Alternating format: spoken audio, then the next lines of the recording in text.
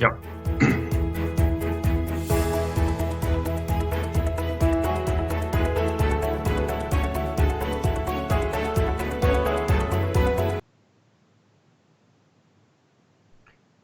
Welcome. We are live.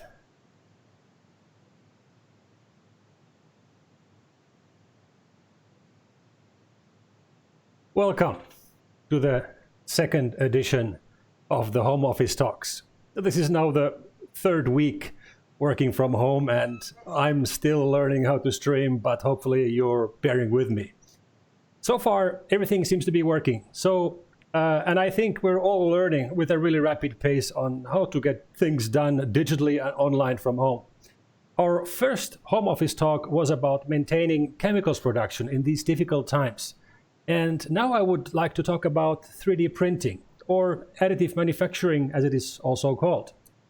The global 3D printing community has been quite active and quite inventive in finding new ways to mitigate the challenges we're seeing today for production, of course, also for logistics.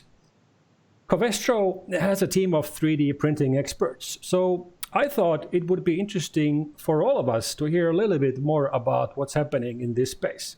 And I managed to find one of the experts, Lukas Breuers, who is at his home, like most people here in Cologne, Germany, to chat with us. So now let me switch to him live and see what happens.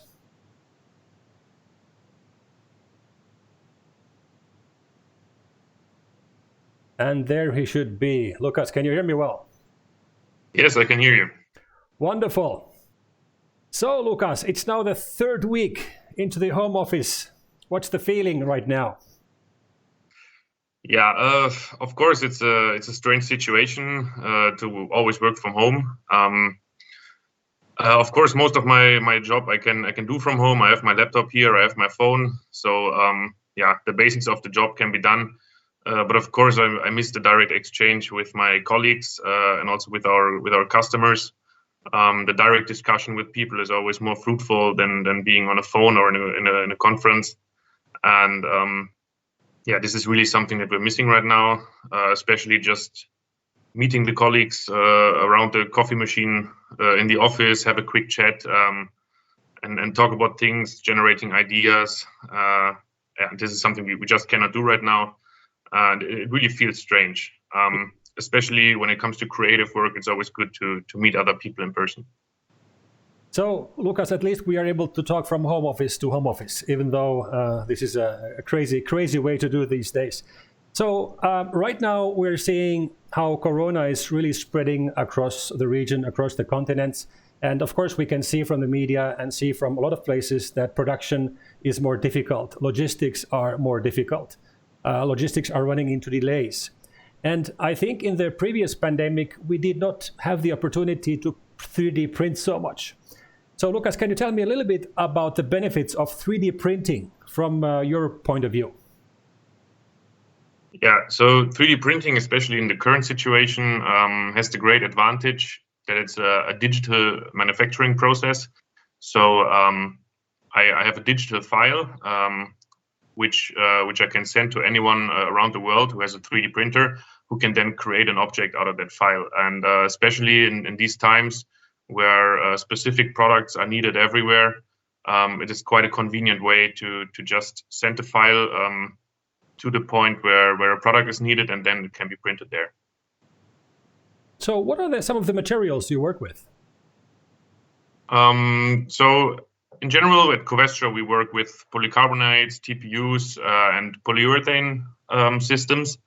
And these three materials, they can be used on, let's say, the main technology platforms that you have within additive manufacturing. So filament printing, powder printing, and printing liquid resins. And so we use this material know-how that we have at Covestro to develop materials specifically for these new technologies. So can you mention some of the examples how 3D printers are being used to far-right Corona topics specifically? Yeah, so one of the main issues that we see right now are that the people working in the front line in hospitals or the police or paramedics, they have to wear masks or somehow protect themselves from the virus. And in some areas, face masks are already not available anymore. And so additive manufacturing can be used to help these people with items that or make their life easier when wearing face masks or even replacing existing face masks. So, for example, we have this face mask holder that was developed by our Chinese colleagues, where the issue first happened with people wearing face masks all day, and because you touch them behind your ears, it gets painful after a while if you wear these masks the whole day. So you get some pain behind the ear, and so this pain reliever, basically you can attach the face mask and then just put it behind your back. So the mask is not attached to your ears anymore, but to this piece of TPU that we printed. So you can download this model of a strain reliever and print it yourself. Exactly. So when we started this, there was actually quite a high demand for people who wanted to have one. So we just made the file available to everyone. You can just download it from the internet, and then if you have a printer or know someone with a printer, you can just go for it and then print this part. And there's another example which I just received this morning from one of our partners, Amvari. He actually printed a whole face mask, and so the part here that is attached to your face is made from quite a soft TPU, so it it can seal around your face, and then there's this filter cap made from a hard TPU. You can hear that, where you can just put a filter in, and then you have a mask that you can actually reuse. So the material withstands most disinfectants, or you can just put it in the dishwasher or whatever. So this is a mask that you can reuse all the time. And I think he called me yesterday afternoon with this idea, and already this morning I got it. So the workflow from idea to having a final product in your hand is very, very quick with additive manufacturing. And I think this is what makes 3D printing so special, that you are able to very quickly react to needs which come up in different parts of the world and do really amazing things like print a face mask, which I would have not thought about.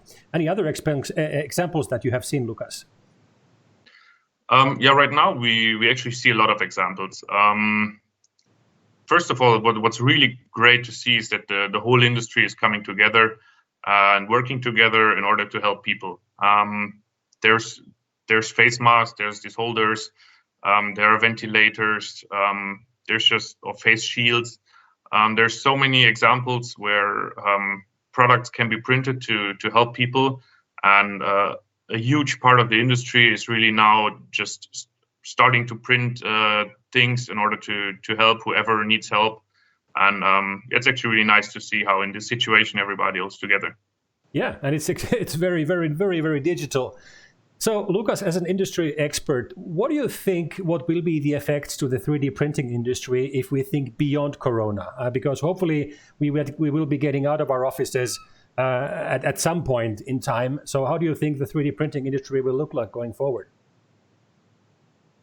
So, what we see right now is that producing a lot of items in a very short time is actually possible.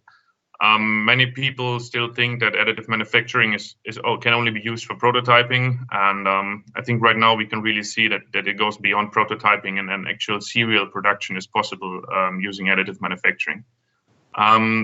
So maybe this is a signal to people who did not really believe in this technology today, that they see that there's actually a lot of potential behind it.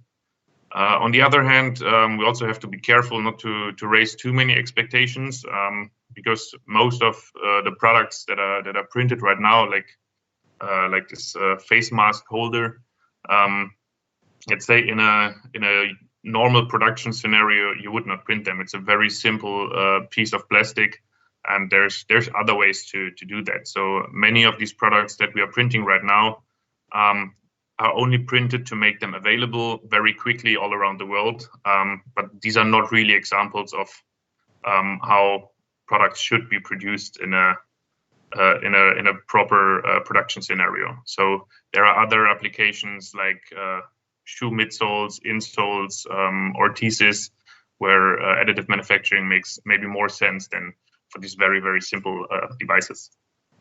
Yeah, and certainly you cannot print a cure to the coronavirus, but you can print a lot of other stuff that actually alleviates one of the problems that we're seeing. And I think this is one of the fascinating themes across the industry, that people are coming up with really innovative things, and really happy to see you, Lukas, being in the center of it.